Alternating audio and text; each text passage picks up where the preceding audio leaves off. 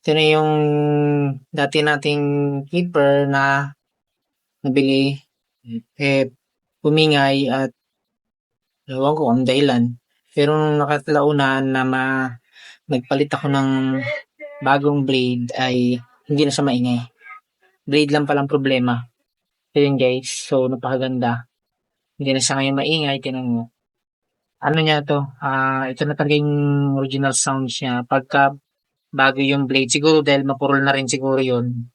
Yun yung point ko doon na humingay siya. Pero ngayon okay na siya eh. Yan. So magpapalit pa naman sana ulit ako pero hindi na. Ito ulit. Pero nag-order ako nito ng bago. Kulay white naman. Maganda kasi to. Kahit anong klaseng kapal ng buhok, kaya niyang putulin. Kahit sobrang kapal ng dami at kapal ng buhok ni po ng strand, matibay talaga to. The best talaga, makina, 8,000 RPM, at ang blade, napakatalas, mura lang din sa pinibilang ko nito. Ito yung blade niya, yan, yan o, yung bago. Yan.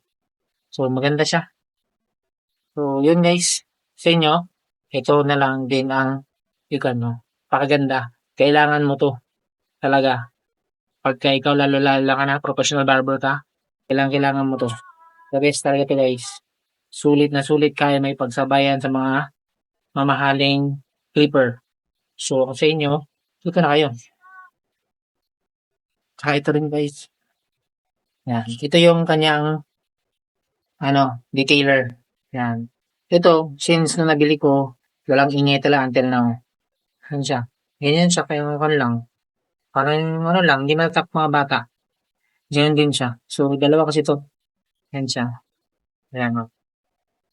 Yan, dalawa sila. So, hindi siya, the best sa gamitin. Diba? Oh. Same lang din yung ingay niya. Yung sa ganun ka, masakit sa tenga. The best siya, guys. Sa inyo, dito na kayo. Barber ka? Huwag na ito, bili. Ito na, kunin mo.